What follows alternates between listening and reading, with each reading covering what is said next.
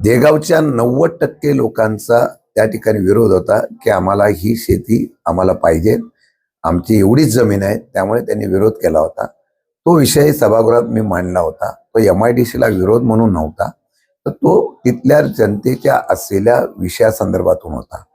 दुर्दैवाने त्या ठिकाणी काही लोकांनी तिथे जमिनी सुद्धा खरेदी केलेल्या आहे असं कळत आहे. MIDCचा जो हट्टास हा जर तिथं जमिनी खरेदी करण्याच्या संदर्भातून भाव मिळावा असा असेल तर मला वाटतं मी केलेला जनतेसाठीचा विरोध आहे, तर मी चूक केलेली नाही.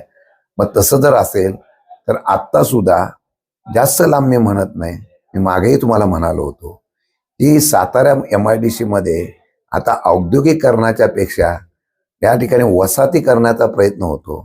मग महाराष्ट्र स्कूटर एवढे मोठे सगळे जिल्ह्यामध्ये नेते आहेत, 4-4 मंत्री आहेत. महाराष्ट्र स्कूटरची जागा तिथं एखाद्या इंडस्ट्रीला दिली असती तर मोठी इंडस्ट्री आली असती. देगावची 100-200 एकर जमीन, त्यापेक्षा इथं 50 एकर जमीन तर रेडी होती. ती दिली कोणाला? ती दिली गेली, आम्ही आवाज उठवला, आम्ही तर सत्तेत मध्ये नाही, ती गेली. आता तिथे काय होणार आहे? छोटे छोटे प्लॉट पाडले जातात आणि स्मॉल स्केल इंडस्ट्री होते का काय मला माहित नाही, पण ती झालं ना. इच्छाशक्ती लागते, म्हणून मी बोललो इच्छाशक्ती असलं की सगळं होतं.